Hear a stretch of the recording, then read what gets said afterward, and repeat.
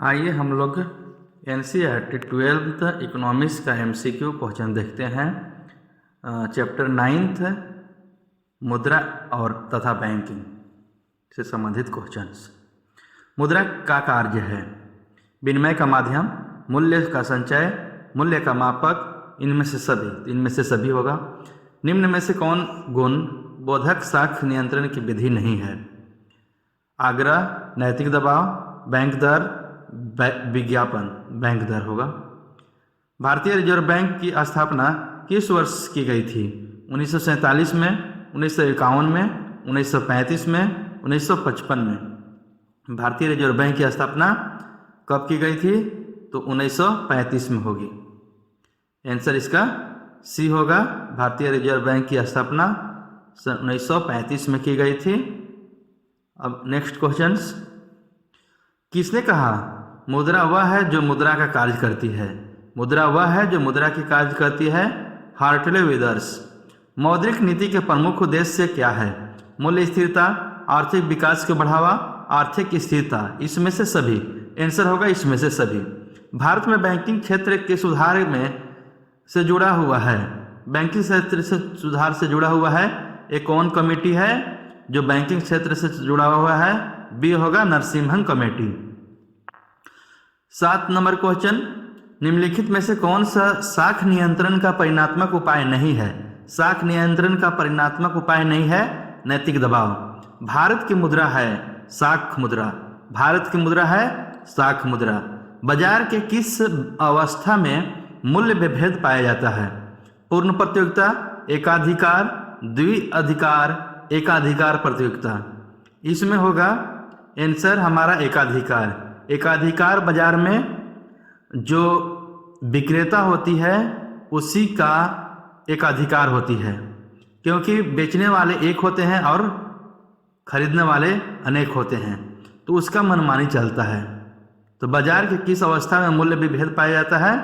एकाधिकार में। एकाधिकार की अवस्था में मूल्य की अवस्था होती है, वो विभेद पाया जाता है। दूसरी नरसिम्हन समिति का गठन किस वर्ष हुआ था? दूसरी हुआ था 1998 में। एक व्यावसायिक बैंक का तलपट कितने भागों में बांटा गया है? 2 भागों में। केंद्रीय बैंक मुद्रास्फीति को नियंत्रण में रखने के लिए अपनाता है। केंद्रीय बैंक मुद्रास्फीति को नियंत्रण में रखने के लिए अपनाता है। क्या अपनाता है? महंगी साख नीति। महंगी साख नीति, उधार साख नीति, उधार न देने की नीति, इनमें से कोई नहीं। तो इसका आंसर होगा बी, महंगी साख नीति केंद्रीय बैंक मुद्रास्फीति को नियंत्रण करने में के लिए अपनाता है। मुद्रा का कार्य है विनिमय का माध्यम, मूल्य का मापक, मूल्य का संचय, इसमें से सभी। डी इनका आंसर होगा इसमें से सभी। विनिमय का माध्यम भी है, मूल्य का मापक भी है, मूल्य का संचय भी करता है। स्टेट बैंक ऑफ इंडिया का पहला नाम क्या रखा गया था? स्टेट बैंक ऑफ इंडिया का पहला नाम था इंपेरियल बैंक। सबसे पहले जो उसका नामकरण किया गया था इंपेरियल बैंक के नाम से जाना जाता था। किसने कहा मुद्रा वह धुरी है जिसके चारों ओर समस्त अर्थ विज्ञान चक्कर काटता है? एडम स्मिथ, पिगो, मिल, मार्शल। मार्शल। इसका आंसर होगा मार्शल। मार्शल कहा मुद्रा वह धुरी है जिसके चारों ओर अर्थव्यवस्था चक्कर काटता है। भारतीय रिजर्व बैंक का राष्ट्रीयकरण कब हुआ था? रिजर्व बैंक का राष्ट्रीयकरण कब हुई थी? 1945, 59, 1947, 1949। तो 1949 में रिजर्व बैंक ऑफ भारतीय रिजर्व बैंक का राष्ट्रीयकरण हुआ था। केंद्रीय बैंक जिसके द्वारा साख का नियंत्रण रखता है वह क्या कहलाती है? बैंक दर, खुले बाजार की क्रियाएं, नगद कोष अनुपात, इनमें से सभी। तो इसका आंसर होगा इनमें से सभी। देश में कितने राज्य वित्त निगम हैं? 18, 28, 20, 22। इसका आंसर होगा 18। देश में 18 राज्य वित्त निगम हैं। भारत की मुद्रा को किस रूप में रखा जाता है? भारत की मुद्रा को अपरिवर्तनीय रूप में रखा जाता है। निम्न में से कौन साख नियंत्रण की गुणात्मक विधि नहीं है? नैतिक दबाव, मार्जिन आवश्यकता, उपभोक्ता साख पर नियंत्रण, बैंक के नगद कोष अनुपात में परिवर्तन। तो इसका आंसर हो जाएगा बैंक के नगद कोष अनुपात में परिवर्तन। मौद्रिक नीति के प्रमुख उपाय है उत्पादन एवं रोजगार में वृद्धि, विदेशी विनिमय दर की स्थिरता, मूल्य स्थिरता, इनमें से सभी। इसका आंसर होगा इनमें से सभी। मौद्रिक नीति का प्रमुख उद्देश्य है उत्पादन एवं रोजगार में वृद्धि, विदेशी विनिमय दर की स्थिरता, मूल्य स्थिरता, इनमें से सभी। सभी हो गए इसका आंसर। यह मुद्रा का कार्य नहीं है। क्या मुद्रा का कार्य नहीं है? वस्तु विनिमय का कार्य। निम्न में से कौन मात्रात्मक साख नियंत्रण का तरीका नहीं है? मात्रात्मक साख नियंत्रण का तरीका नहीं है, वो है साख की राशनिंग। साख की राशनिंग जो है मात्रात्मक साख का नियंत्रण का तरीका नहीं है। बाकी है बैंक दर, खुले बाजार की क्रियाएं, नगद कोष अनुपात। भारत का केंद्रीय बैंक किसे कहा जाता है? बैंक है भारतीय रिजर्व बैंक, भारत का केंद्रीय बैंक है। B answer. नरसिम्हन समिति की स्थापना हुई थी। नरसिम्हन समिति का स्थापना हुई थी बैंक सुधार के लिए। मुद्रा वह वस्तु है जो मूल्य का मापक हो, जो सामान्यतः विनिमय के लिए स्वीकार किया जाए, जिसके रूप में धन संपत्ति का संग्रह किया जाए। इसमें से सभी। इसका आंसर होगा इसमें से सभी। बैंक जितनी अधिक राशि अपने पास रखेंगे, उनकी साख निर्माण की शक्ति उतनी ही बढ़ जाएगी। उनकी साख निर्माण की शक्ति क्या हो जाएगी? बढ़ जाएगी, कम हो जाएगी, कोई प्रभाव नहीं पड़ेगा, उन्हें उधार लेना पड़ेगा। तो इसका आंसर होगा ए, बढ़ जाएगी। नेक्स्ट, मुद्रा की पूर्ति से हमारा आशय है।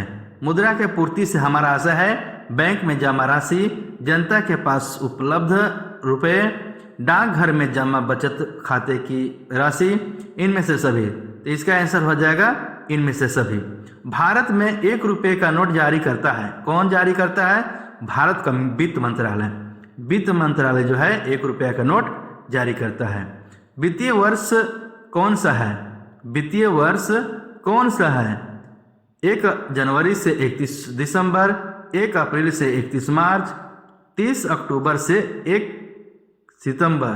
तो 1 अप्रैल से 31 मार्च को वित्तीय वर्ष हम लोग कहते हैं, इसलिए इसका वित्तीय वर्ष हो जाएगा 1 अप्रैल से 31 मार्च। निम्न में से कौन केंद्रीय बैंक का कार्य नहीं है? मुद्रा नोट का निर्गमन, अंतिम आश्रयदाता, आर्थिक आंकड़ों एकत्र करना, वित्तीय नीति के नियंत्रण। वित्तीय नीति का नियंत्रण। निम्नलिखित में से कौन सा साख नियंत्रण का परिणात्मक उपाय नहीं है? नैतिक दबाव। ए परिणात्मक साख का उपाय नहीं है। साख निर्माण से तात्पर्य बैंकों की उस शक्ति से है जिसके द्वारा वे गौण जमाओं का विस्तार करते हैं। गौण जमाओं को विस्तार करते हैं। नेक्स्ट, मुद्रास्फीति वह स्थिति है जब मूल्य स्तर में निरंतर तीव्र वृद्धि होती है। सी आंसर होगा। भारत में कौन सा बैंक साख नियंत्रण करता है? भारत में कौन सा बैंक साख नियंत्रण करता है? रिजर्व बैंक ऑफ इंडिया, व्यावसायिक बैंक, IDBI, नाबार्ड। तो इसका आंसर होगा व्यावसायिक बैंक। बैंकों द्वारा साख निर्माण के लिए कौन सी शर्त आवश्यक नहीं है? उधार लेने वाले उपलब्ध हो, नगद सुरक्षित कोष अधिक हो, लोगों में बैंकिंग आते हो, बैंकिंग प्रणाली में लोगों का विश्वास हो। बी आंसर होगा नगद सुरक्षित कोष अधिक हो। व्यावसायिक बैंक है। व्यावसायिक बैंक नोट निर्गमन करते हैं, ग्राहकों में जमा स्वीकार करते हैं, ग्राहकों को ऋण देते हैं, केवल बी द्वारा। तो आंसर डी होगा, केवल बी द्वारा ग्राहकों से जमा स्वीकार करते हैं। मुद्रा के स्थैतिक तथा गत्यात्मक कार्यों का विभाजन किसने किया था? स्थैतिक और गत्यात्मक कार्यों का विभाजन किसने किया था? Ragnar freeze. व्यावसायिक बैंक के प्रमुख कार्य क्या है? व्यावसायिक बैंक का प्रमुख कार्य ग्राहकों को जमा स्वीकार, नगद कोष अनुपात, बी इसका होगा आंसर बी, नगद कोष अनुपात। किस वर्ष में भारत में 14 बड़े अनुसूचित व्यावसायिक बैंकों का राष्ट्रीयकरण किया गया था? सी होगा 1955 में। निवेश के निर्धारक घटक कौन से हैं? निवेश के निर्धारक घटक हैं ऑप्शन सी होगा, ए और बी दोनों। पूंजी की सीमांत क्षमता, ग्राहकों को कर देना। वस्तु विनिमय प्रणाली की आवश्यक शर्त कौन सी है? वस्तु विनिमय प्रणाली की आवश्यक शर्त है आवश्यकताओं को सीमित होना, सीमित विनिमय क्षेत्र, आर्थिक रूप से पिछड़ा समाज, उपर्युक्त सभी। तो इसका आंसर हो जाएगा उपर्युक्त सभी। विनिमय प्रणाली की आवश्यक शर्त है आवश्यकताओं को सीमित होना, सीमित विनिमय क्षेत्र, आर्थिक रूप से पिछड़ा समाज, उपर्युक्त सभी। तो डी आंसर होगा। वस्तु विनिमय प्रणाली के निम्नलिखित में से कौन सा लाभ है? सरल प्रणाली, आपसी सहयोग में वृद्धि, आर्थिक असमानताएं नहीं, इनमें से सभी। तो इनमें से सभी होगा। वस्तु विनिमय प्रणाली की निम्नलिखित में से कौन सी कठिनाइयां हैं? दोहरे संयोग का अभाव, वस्तु विभाजन में कठिनाइयां, सर्वमान्य मूल्य मापक का अभाव, उपर्युक्त सभी। तो उपर्युक्त सभी होगा। मुद्रा विकास क्रम का सही अनुक्रम कौन सी है? मुद्रा विकास क्रम का सही अनुक्रम होगी बी, वस्तु मुद्रा, धातु मुद्रा, पत्र मुद्रा, शाख मुद्रा। मुद्रा, वस्तु मुद्रा, पहले वस्तु मुद्रा, फिर धातु मुद्रा, फिर पत्र मुद्रा, अब शाख मुद्रा आ गई है। नेक्स्ट, मुद्रा के प्राथमिक कार्य के अंतर्गत निम्नलिखित में से किसे शामिल किया जाता है? तो प्राथमिक कार्य के अंतर्गत शामिल किया जाता है विनिमय का माध्यम को और मूल्य का मापक को। तो आंसर होगा सी, ए और बी दोनों। मुद्रा के गौण कार्य के अंतर्गत निम्नलिखित में से किसे शामिल किया जाता है? स्थगित मुद्रा भुगतान की माप, मूल्य का संचय, मूल्य हस्तांतरण, उपर्युक्त सभी। इसका आंसर हो जाएगा उपर्युक्त सभी। स्थगित भुगतान की माप, मूल्य की संचय, मूल्य हस्तांतरण। मुद्रा की पूर्ति से हमारा आशय है बैंक में जमा राशि, जनता के पास उपलब्ध रुपए, डाकघर में जमा बचत खाते की राशि। डी होगा इनमें से सभी। बैंक में जमा राशि, जनता के पास उपलब्ध राशि, डाकघर में जमा बचत। निम्नलिखित में से कौन मुद्रा का कार्य नहीं है? मुद्रा के कार्य नहीं है कीमत स्थिरता। जनता का बैंक कौन सी है? जनता का बैंक कौन सी है? व्यापारिक बैंक, केंद्रीय बैंक। तो व्यापारिक बैंक है। व्यापारिक बैंक के प्राथमिक कार्य निम्नलिखित में से कौन से हैं? जमाएं स्वीकार करना, ऋण देना, शाख निर्माण करना, उपर्युक्त सभी। तो इसका आंसर हो जाएगा उपर्युक्त सभी। व्यापारिक बैंक का प्राथमिक कार्य है जमाएं स्वीकार करना, जमा स्वीकार करेगा, ऋण देगा, ऋण देना, शाख निर्माण करना, उपर्युक्त सभी। ये तीनों आंसर सही। व्यापारिक बैंक द्वारा स्वीकार की जाने वाली प्रमुख जमाएं कौन सी है? चालू जमा, बचत जमा, सावधि जमा। तो प्रयुक्त सभी होगा, चालू जमा भी, बचत जमा भी, सावधि जमा। व्यापारिक बैंक निम्नलिखित में से किस प्रकार के ऋण देते हैं? व्यापारिक बैंक नगद, शाख, अधिविकर्ष, ऋण एवं अग्रिम, उपर्युक्त सभी। तो इसका आंसर होगा उपर्युक्त सभी। व्यापारिक बैंक के गौण कार्य के अंतर्गत निम्नलिखित में से किसे शामिल किया जाता है? एजेंडा के रूप में कार्य, सामान्य उपयोगिता के कार्य, सामाजिक कार्य, उपर्युक्त सभी। तो इसमें होगा सामाजिक कार्य। व्यापारिक बैंक सामाजिक कार्य कौन रूप में करती है? बैंकों का एजेंसी कार्य क्या है? ऋण देना, जमा स्वीकार करना, ट्रस्ट का कार्य करना, लॉकर सुविधा देना। तो आंसर होगा सी, ट्रस्ट का कार्य करना। शाख मुद्रा का विस्तार होता है। शाख मुद्रा का विस्तार होता है जब घटता है, बढ़ता है, दोनों संभव है, घटता बढ़ना दोनों। तो इसमें है घटता है। शाख मुद्रा का विस्तार कब होता है? जब घटता है। एटीएम का पूर्ण रूप क्या है? Any time money, all time money, automated teller machine. A और बी दोनों। तो इसका आंसर हो जाएगा C, automated teller machine. ATM का full form automated teller machine. Next, central bank of India क्या है? सेंट्रल बैंक ऑफ इंडिया एक व्यापारिक बैंक है। किस विधि से हम बैंक से मुद्रा निकाल सकते हैं? आहरण पत्र, चेक, एटीएम, इनमें से सभी। तो इनमें से सभी द्वारा हम मुद्रा बैंक से निकाल सकते हैं। व्यावसायिक बैंक जमा स्वीकार करते हैं, लॉकर आदि की सुविधा देते हैं, इनमें से सभी, या ऋण प्रदान करते हैं। तो व्यावसायिक बैंक का काम है ऋण प्रदान करना। व्यावसायिक बैंक का क्या काम है? ऋण प्रदान करना। व्यावसायिक बैंक ऋण प्रदान करते हैं। इसका आंसर होगा डी, इनमें से सभी। सभी काम करते हैं।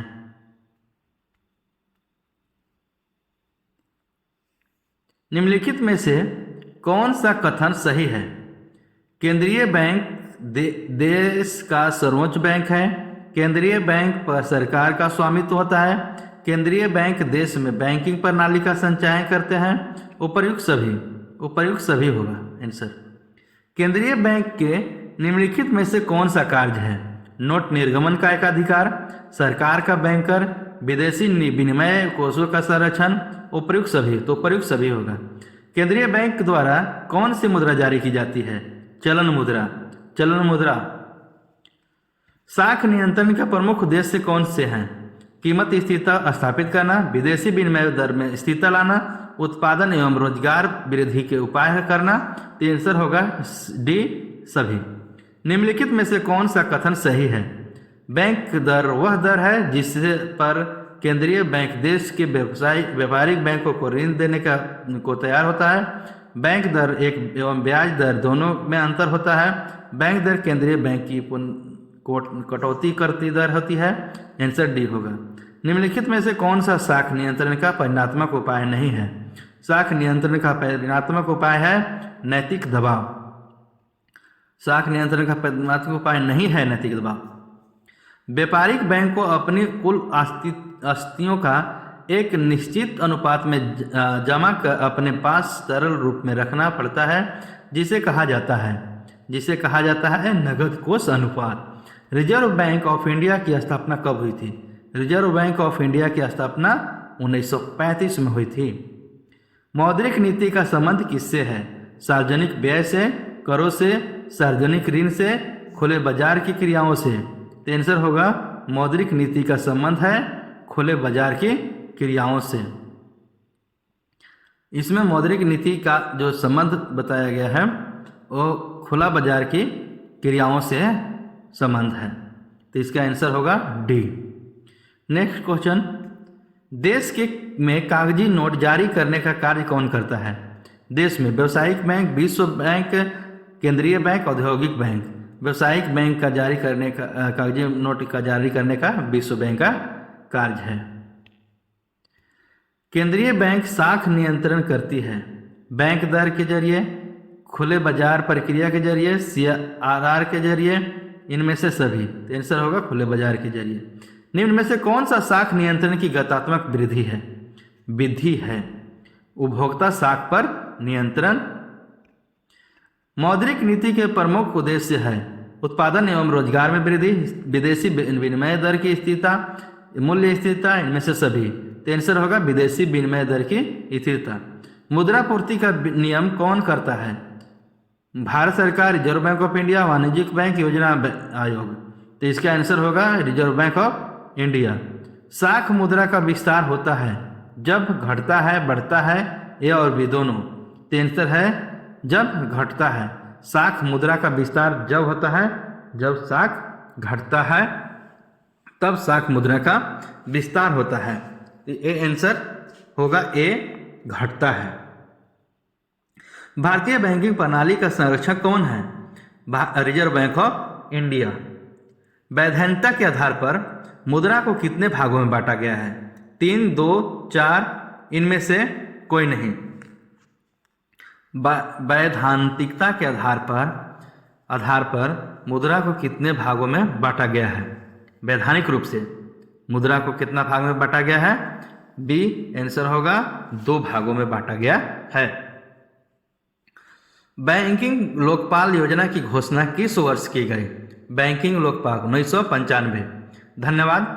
अगर आपको और ऐसे क्वेश्चन पढ़ने हैं और आपको सबसे पहले नोटिफिकेशन चाहिए तो चैनल को सब्सक्राइब कर दें, लाइक कर दें, शेयर करें। धन्यवाद।